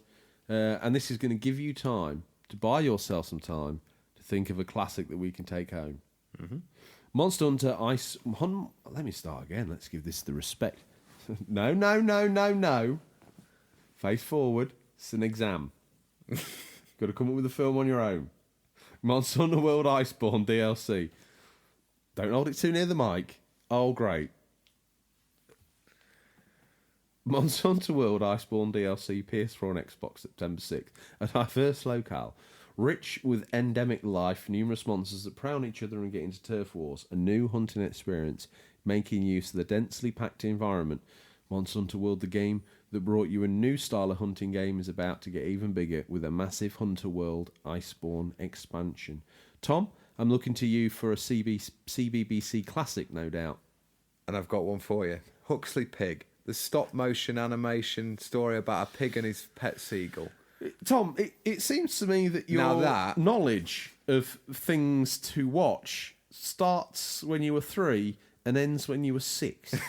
Every single time we've done Stingray's Boot, you've pulled out Moondial, Narnia, Huxley Pig, and Hook. I don't watch movies, no. Obviously not. I do. Is that your mummy? Yeah, and the reason being, we'll tie this into the Stingray about his real life counterpart. When he did Ewok's Battle for Endor, the copy of it for us, my dad thought it'd be a great idea just to like bulk up the tape with some children's classics. So on there we had Bangers and Mash, story about 2 chimpanzees who like, which was actually written and I think made by one of my dad's old school teachers. Which we'll look into. And Huxley Pig was on there as well. And I think possibly an episode of The Raccoons. That was It was like a child CBBC variety tape / that cartoon was as good as its theme tune and no more. Yeah. You watch it, you're like, yeah, the raccoons, and it started, and it was like a really drawn out story about Cyril Sneer's son learning a very harsh lesson about life, and then it finished. You can run with us. We got everything you need. Hey, before we get copyright struck, Tom, here's my mummy. Fan of the American sports as always. Stand back while I slam dunk NBA. Do you know, that would have been so awesome if I'd nailed it without falling over. I went for the slam dunk and I fell over my own trainers. NBA 2K20. Shoelaces tied together. Should have known, shouldn't I? Checked. Yep. While I was talking about Huxley Pig and ripping the mickey out of you were tying my shoelaces together. NBA K for the third time, 2K20. Unfortunately, it's not advanced the years. PC, PS4, Xbox, and Switch September 6th. 2K continues to redefine what's possible in sports gaming with NBA 2K20 featuring best-in-class I think controls. all the twos like Cyberpunk 20. Can't say that either. Yeah. That game by the people who made The Witcher 3. Groundbreaking game modes and unparalleled player control and customization. I've killed it. Mummy's not going to let me take it anyway because you've gone all out on Huxley Pig. Tom, what are you hoping to play? Obviously, play more of Astral Chain. I'd like to try and dedicate some more time to Fire Emblem as well, but trying to play the two. Astral Chain's just a better game at the minute. Fire Emblem's really good. It's got a great story. And it is the easy one to play in handheld because it's just pick up, do a bit of the turn-based gameplay. And it's fallen, hasn't it? It's just fallen down for me a little bit. But two solid titles in the past sort of month and a half from Nintendo. Good going. Don't forget to check out the Nintendo Direct tomorrow if you're a fan. If they're going to check out anything, Tom, is that our iTunes podcast page where they should press like? They'll listen to that within the hour of it being out there. I'm thinking that they might go to the page and click 5 stars. Yeah. Make sure they're subscribed. Leave a review. Take the time to put finger to screen. Type a little review. Great show. That'll do. We don't want Copy much. and paste the link to all your friends. All of them. All of them, even if they don't like gaming. Got an old family relative that may not be as fully clued up upstairs as they used to be. Get their device. Sign into podcasts. Subscribe. This is how we get into the top 10. Mute notifications. Put it back in a handbag. It's the equivalent of playing Avatar or King Kong and getting the 1,000 gamer score. It's sneaky, but it works. It'll do. It'll do. And with that, the unofficial controller army going to mount another commando raid for us on the top 10? They will, and being as that is the case, I think we need to reward them a little bit. So, the listeners, no, don't worry, I'm not making promises we can't keep again. I'll guarantee you're about to. Don't you worry, we've discussed this. We discussed this one. I actually talked it through with you. You weren't sober? This is on the phone. We have listeners, like the listener feedback. There's a guarantee of sobriety. When we have a feature, yes, we have listeners' comments, and we integrate them into the script. We decided we were going to do a prize every month for the best comment, which we did. We gave it to Odders. He's the current Smoking Skulls champ. Yeah. We're going to do that again, but we're bringing you an unofficial controller podcast loot box, or whatever you want to call it, treasure chest of goodies. The unofficial controller chest. Yeah. It's going to be a little box. Community chest. Probably the size of a shoebox. Community chest. Community chest. The Monopoly style. Yeah, that's what we'll call it. The unofficial controller community chest. Love it. We make the show up as we're on air. Blankety blank, checkbook and pen. Love it. So we're going to fill that with some retro goodies.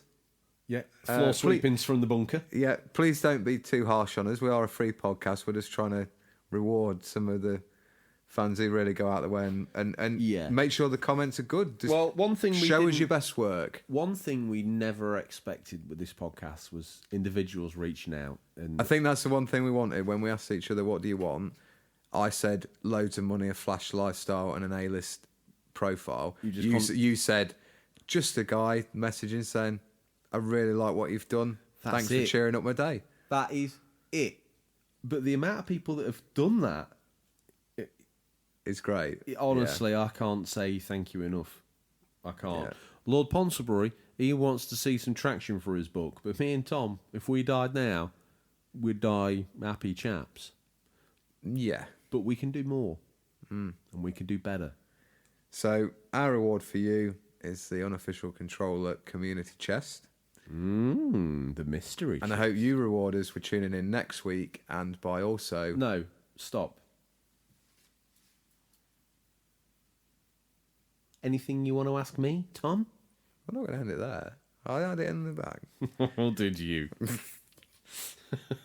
What are you going to be playing this week coming? Oh, I had to slap the brakes on you. He's about to slip into the outro, little grease weasel. I'm hoping to play... Oh, it feels like deja vu, but I think I might. I'm halfway through Yakuza, so I might see if I can get that finished off.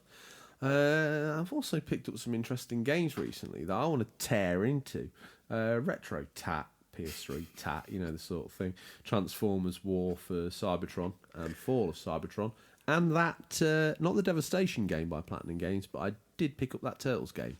I've only got one controller, though. I remember hearing about when that was going to be made and who it was going to be made by. Obviously, I was a fan back then of Platinum. It looks great. I was like, this is like two of my favourite things coming together. And it got panned a little bit, I think. Oh, right. From what I remember. Well, I don't think it's deserving of it either. From everything I could see. From and what I've been recommended by people that I trust who've told me about it. Who have liked it? Yeah, very Excellent. much. Good game. So I've picked it up. I wanted to play through it co-op, which I think would be a better experience. Yeah. But when I went through my cupboard, I've only got one controller for the PS3 for some reason. So if you get another, as long as Bagsy are Raphael. No. I don't need to buy you off because I've just remembered. I think you can use a PS4 controller on the PS3. Just don't have the rumble. Oh, really? Yeah. That's cool. Always at the forefront of the gaming news, Tom.